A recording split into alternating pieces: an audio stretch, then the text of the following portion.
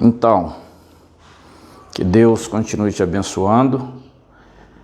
Esse canal tem o objetivo de propagar, divulgar a palavra de Deus. E se você ainda não é inscrito, eu peço a você se inscreva para nos ajudar a propagar a palavra que liberta, a palavra que cura, a palavra que salva. E nós vamos estar lendo hoje 2 Reis, lendo, meditando, compartilhando, explicando dentro da medida do possível, versículo por versículo. E nós também pedimos a você que na descrição desse vídeo você pode deixar alguma sugestão e você pode também deixar o seu like, curtir, compartilhar com seus amigos. E também, se você quiser fazer parte do nosso grupo de oração, ou se você quiser deixar o seu pedido de oração, nós estaremos orando por você e com você, tá certo? Então é isso aí, é tudo sobre a palavra de Deus. Nós vamos estar compartilhando também mensagens de outros pastores, outras pastoras, curiosidades.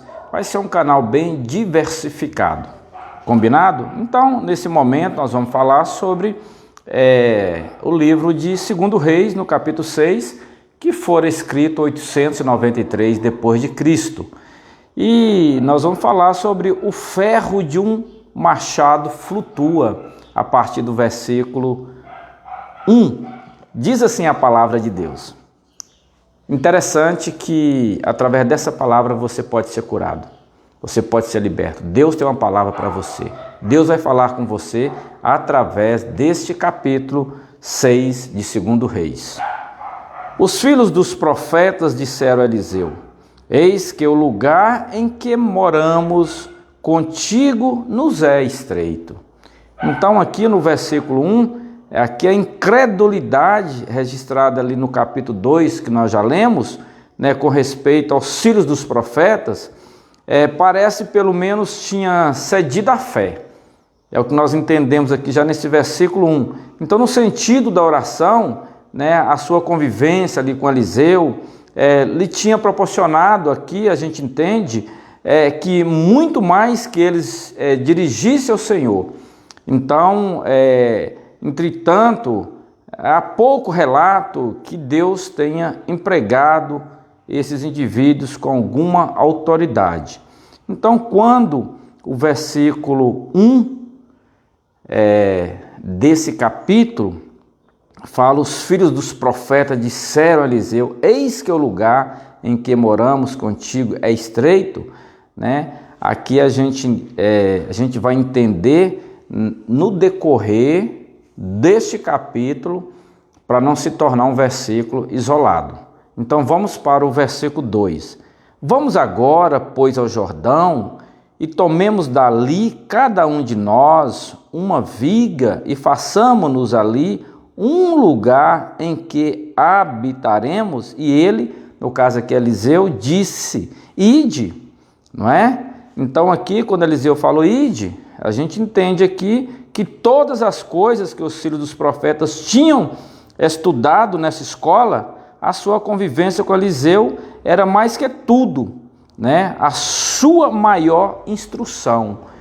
Então ali era uma escola, Eliseu era um profeta que biblicamente estava ensinando sobre profecia, ensinando a buscar, ensinando a receber as revelações da parte de Deus. E o objetivo principal desse estudo aqui, até no versículo 6, é falar sobre o milagre do ferro de um machado que flutua, tá certo? O versículo 3, e disse um: se queres, serve-te de ires com os teus servos? E ele respondeu: eu irei. Nós entendemos aqui no versículo 3 que um grupo não estava satisfeito com a mera aprovação do profeta para este trabalho, mas queria a sua presença. Então Eliseu cedeu ao pedido e foi, não é? O versículo 4, foi pois com eles, e quando chegaram ao Jordão, ali no rio Jordão, cortaram a madeira. Versículo 5, e aconteceu que ao ser derrubada uma árvore, lhe caiu o ferro na água, e clamou dizendo: ai, meu Senhor, eu o tinha pedido emprestado. Então a gente entende aqui, eu abro uma aspa aqui nesse versículo parênteses aqui no versículo 5, para nós tentarmos explicar esse versículo 5, que aqui na atualidade o ferro do machado parece um assunto insignificante, é o que a gente entende aqui nesse versículo 5, não é? Mas, entretanto, nesse dia apresentava um investimento considerável e daí uma grande perda naquela época, não é? É o que a gente entende aqui no versículo 5. O versículo 6, e o homem de Deus disse, onde caiu? E ele lhe mostrou o lugar, e cortando um pau, o lançou ali, e fez flutuar o ferro. Aí o milagre, não é? Então, o pau, quando cru que fosse, era ali simbólico da cruz de Jesus Cristo. Então, tudo tem um simbolismo espiritual, né? Aprendemos aqui nesse versículo 6, disto uma lição tremendamente do poder do Calvário, né? Cada uma das bênçãos recebidas pelos filhos de Deus vem por meio do Calvário. Então aqui Eliseu aplicou a cruz ao problema, não é? Infelizmente a maioria da igreja moderna, a igreja de hoje, desprezou a cruz, né? Recorrendo a outras coisas que somente traz a morte. Então isso aqui é um despertar para mim e para você. Se você é evangélico ou não, não importa, mas é um despertar. Nós precisamos voltar a Cristo Jesus, o significado da cruz. O versículo 7, disse, toma-o, e ele estendeu a mão e o tomou. Então a gente entende aqui no versículo 7 que a cruz é uma obra terminada, né? Então, em consequência, tudo que o crente deve fazer é simplesmente estender a mão e tomá-la, né? Tudo que a cruz representa é nosso através do pedir. Pedi, pedi, dar-se-vos-á. É isso que diz a palavra. Então vamos aqui para o versículo 8, Eliseu e os sírios. Estava o rei da Síria em guerra contra Israel e consultando com os seus servos e disse, em tal e tal lugar estará o meu acampamento. Aqui no versículo 8, a gente entende que isso foi depois de algum tempo, né? Possivelmente vários anos depois da cura de Naamã, que aconteceu esse episódio do versículo 8. Versículo 9, e o homem de Deus, no caso aqui Eliseu, mandou dizer ao rei de Israel, cuide que não passes por tal lugar, porque os sírios estão ali, não é? Então aqui no versículo 9 a gente entende que apesar da degeneração espiritual de Israel, uma degradação espiritual, não é? O Senhor lhes ajudou por meio de Eliseu, não é? Ele revelou por 3 ou mais vezes os planos dos sírios, revelou a Eliseu os planos dos sírios. O versículo 10, então o rei de Israel, né, no caso aqui Jorão, enviou àquele lugar o qual o homem de Deus havia dito e lhe tinha avisado, e tomava precauções a respeito dali, não uma vez nem duas. E o coração do rei da Síria ficou turbado com isso, e chamando os seus servos, disse-lhes, não me declareis vós quem dos nossos é pelo rei de Israel? Não é? Então aqui a gente entende que o rei sírio pensou que alguém em seu exército estava transmitindo informações vital para Israel, não sabendo ele que Deus estava revelando a Eliseu os seus planos. Versículo 12, então um dos servos disse, não, ó rei, meu senhor, é o profeta Eliseu que está em Israel, é quem declara ao rei de Israel as palavras que tu falas em teu mais secreto quarto. Olha para você ver. Então, o que a gente entende aqui no versículo 12? Né? Para que esse homem soubesse isso, significa que Eliseu, a propósito, não ocultou as instruções que tinha dado ao rei de Israel com respeito ao rei da Síria. Então aqui parece que o rei da Síria deveria se convencer em seu coração das suas más obras, mas ele não fez, não é? Então aqui a habilidade do homem para resistir a Deus é simplesmente assombrosa. Em sua estupidez, ele enviou o seu exército para capturar Eliseu, não é? O que ele fez? Aí a gente vai para o versículo 13, e ele disse então, vão e olhem onde ele está, e olhe onde Eliseu está, né? Para que eu envie com ordens para trazê-lo, e foi dito: eis que ele está em Dotã. Então enviou o rei para lá cavaleiros e carros e um grande exército, os quais vieram de noite e cercaram a cidade. Tudo, a gente entende aqui do versículo 14, tudo por causa de um só homem, tudo por causa de Eliseu. Aí o versículo 15: e levantando-se de manhã bem cedo o servo do homem de Deus para sair, e eis que o exército tinha cercado a cidade, com carros e cavaleiros. Então seu criado lhe disse: ai, meu senhor, o que faremos? Aí o criado de Eliseu, no caso aqui Geazi, ficou preocupado com medo. Então o Espírito Santo, ele está nos dizendo que aqui não devemos estar intimamente pelas aparências. É o que nós entendemos aqui desse versículo 15, que o crente não deve andar segundo a carne, mas segundo o Espírito. A gente pode comparar com Romanos, no capítulo 8, versículo 1, que o problema com a maioria dos cristãos é que eles veem o que está acontecendo, mas não sabem o que está se passando, Às vezes a gente perde a fé em certas situações. O versículo 16 diz: e ele, no caso Eliseu, disse-lhe: não temas, Aqui, olha para a gente entender que mais de 300 vezes na palavra de Deus o Espírito Santo nos diz: não temas. Mais de 300 vezes está na Bíblia. Aí dando continuidade ao versículo: pois mais são os que estão conosco do que os que estão com eles. O que Eliseu quis dizer aqui através do Espírito Santo? Sempre devemos recordar isso, porque a promessa que foi aplicável nesse tempo é certamente ainda mais aplicável agora. Então nós precisamos entender isso, que maior é Deus que está em nós do que as estratégias do inimigo aí no mundo, E a gente está vendo isso. Terrorismo, pessoas estão vivendo oprimidos, deprimidos, porque não estão confiando mais em Deus. No versículo 17, Eliseu orou e disse: peço-te, ó Senhor, que abra os olhos deles, Aqui no caso os olhos dos servos, para que veja. Então o Senhor abriu os olhos do jovem, o qual viu, e eis que o monte estava cheio de carros de fogo e de cavaleiros ao redor de Eliseu. A lição que nós tiramos para o versículo 17, que o Espírito Santo permitiu que isso acontecesse, para que você e eu possamos entender por fé, que estamos assim rodeados, embora não se veja com os olhos naturais.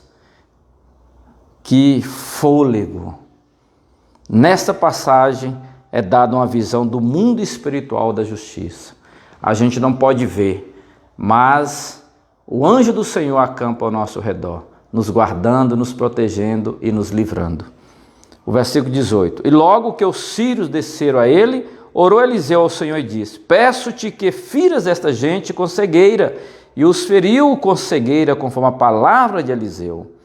A lição que nós tiramos no versículo 18, o mesmo evangelho que suaviza também, ele enrijece. Deus é amor, mas Deus é justiça, Além disso, o mesmo que abre os olhos do cego, pode também fechar, os olhos dos que veem.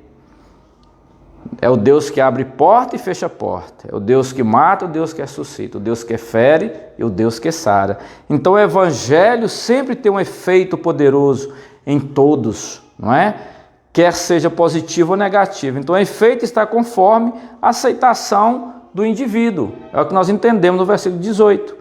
Versículo 19. Depois lhes disse Eliseu: o caminho não é este, nem é esta cidade.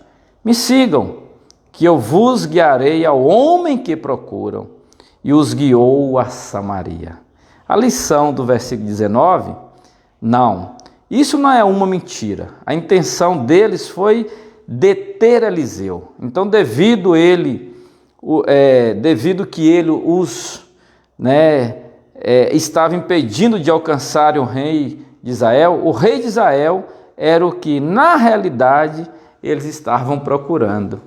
Então, às vezes, Deus traz essa confusão, né, em detrimento para nos abençoar. Confunde os opositores para nos abençoar. Né? Deus tem as suas maneiras de trabalhar em nosso favor, sem precisar derramar sangue. Versículo 20. E assim chegaram a Samaria e disse a Eliseu: Senhor, abre os olhos destes, para que vejam. E o Senhor abriu os seus olhos e olharam e viram-se no meio de Samaria. E tendo visto eles, o rei de Israel disse a Eliseu: Hei de feri-los, meu pai? Hei de feri-los? E ele, no caso aqui Eliseu, respondeu-lhes: Não os ferirás. Feririas tu os que tomassem prisioneiros com a tua espada e com o teu arco? Põe diante deles pão e água, para que comam e bebam e voltem para os seus senhores. Então este versículo aqui, ele vem nos demonstrar uma grande obra da graça, que é o favor imerecido, né, que o rei de Israel os mataria. Né? Entretanto, Eliseu proclamou o amor de Deus para eles. Transformou morte em vida, ódio em amor, porque a graça é isso, é o favor imerecido. Versículo 23, então foi preparado um grande banquete, e quando tinham comido e bebido, enviou-os, e voltaram para o seu senhor, e nunca mais vieram tropas armadas da Síria à terra de Israel, pelo menos durante aquela época. Não é? Então nós vamos dar continuidade aqui no versículo 24 a seguir, que Ben-Hadad sitia a Samaria. É o título dessa mensagem. E depois disso aconteceu, né, vários anos já tinham passado daquele episódio, que Ben-Hadad, rei da Síria, juntou todo o seu exército, subiu e cercou a Samaria. Né? Então a gente entende aqui no versículo 24 que isso nunca teria acontecido se Acabe tivesse matado Ben-Hadad naquela época lá, quando ele o tinha em seu poder. Não é? Os sofrimentos registrados aqui nessa passagem teriam sido evitados. Este assédio e seus horrores cumpriram nesse tempo a profecia entregue a Acabe por um profeta que o repreendeu lá em 1 Reis, no capítulo 20, e versículo 23, versículo 31 até o 34. Nós já lemos, nós já estudamos essa passagem. Versículo 25. E aconteceu que houve grande fome em Samaria, né?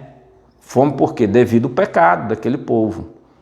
Ao ser submetido ao cerco, né?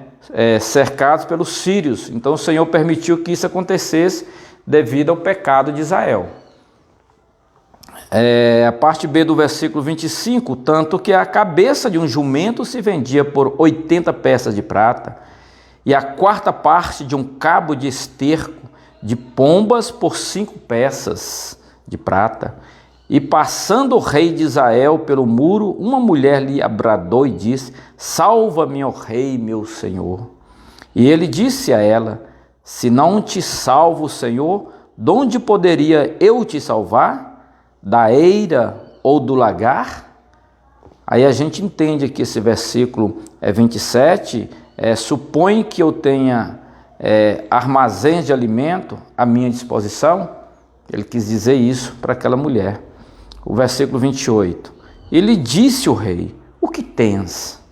E ela respondeu: Esta mulher me disse: Dá-me aqui o teu filho, para que o comamos hoje e amanhã comeremos o meu filho. Cozemos, pois, o meu filho e o comemos. Mas no dia seguinte eu lhe disse: Dá-me aqui o teu filho, para que o comamos. Mas ela escondeu o seu filho. Veja bem esse versículo 29, que o cerco chegou a ser tão severo que o povo de Israel, não é? O povo escolhido de Deus, tinha recorrido ao canibalismo. Olha para você ver que ponto chegou o pecado. Né? Então Moisés havia predito que isto aconteceria se o povo desse as costas para Deus. A gente tem isso registrado em Deuteronômio, no capítulo 28, 53. Olha o que o pecado faz com a humanidade. Que ponto chegou a humanidade por causa do pecado? Matar o próprio filho. cortar os pedaços, cozinhar e comer. Não é? E isso não está longe de acontecer nos dias de hoje.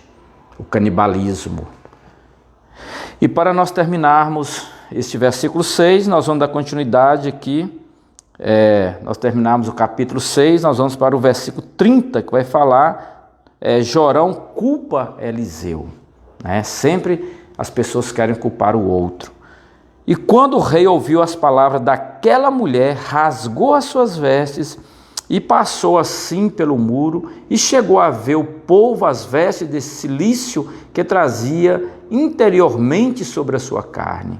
Então, nesse versículo 30, aqui a gente entende que não havia arrependimento da parte de Jorão, né? Que às vezes as vestes de cilício foi somente uma cerimônia.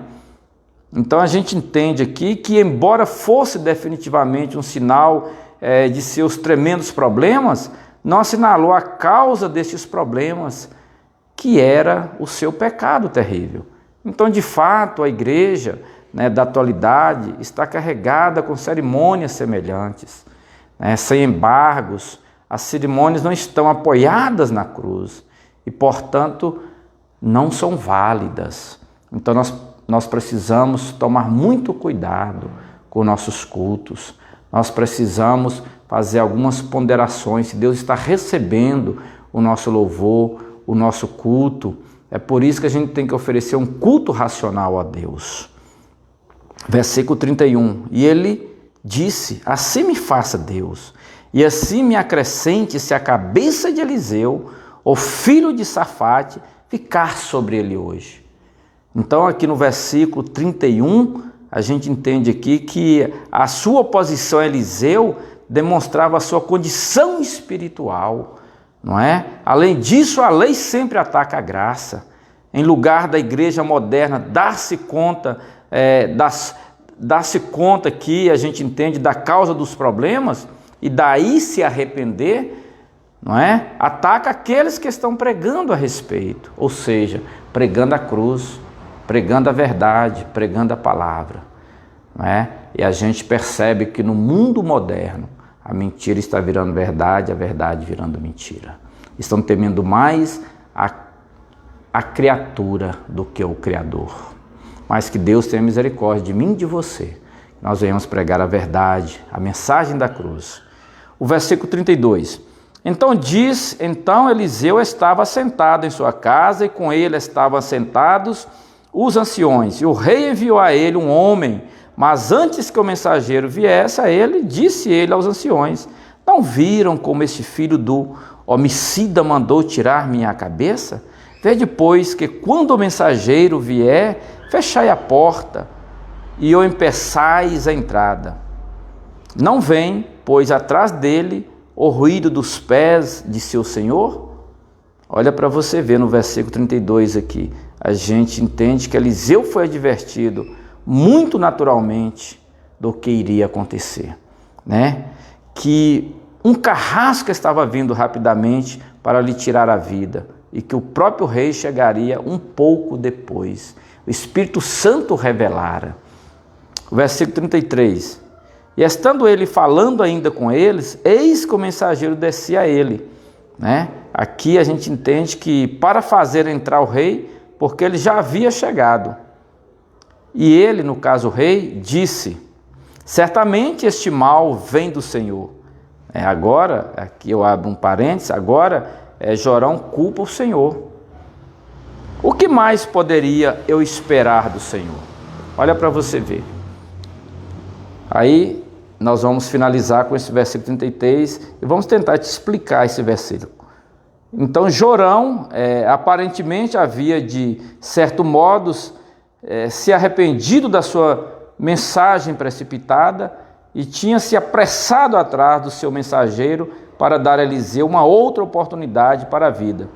Então nós entendemos aqui no versículo 33, ele dizendo: temos que entender que eles já tinham estado em comunicação anteriormente sobre o tema deste cerco, o que Eliseu tinha animado, né, o rei para que esperasse por intervenção do Senhor, intervenção divina. Com efeito, ele disse: né? De que vale esperar mais? Não é? Porque não deveria romper com o Senhor, decapitar o profeta mentiroso e entregar a cidade? O que diria Eliseu como resposta? Então a gente percebe que nós temos que estar no centro da vontade de Deus, esperar em Deus, buscar em Deus. Então o seu problema você deve entregar a Deus. Entregue teus caminhos ao Senhor. Confie nele, o mais ele fará. Um grande abraço. E não duvide do poder de Deus. Não duvide do poder da palavra na sua vida. É a palavra que cura, que liberta. Cuidado com os falsos profetas. Cuidado com as mentiras, com as profetadas. Procure uma igreja séria, uma igreja verdadeira que prega a palavra que já fora revelada. Um grande abraço, até o próximo vídeo, que Deus continue te abençoando, compartilhe e divulgue. Eu sou Edivaldo Brito, missionário, pregador da palavra de Deus. Até o próximo vídeo.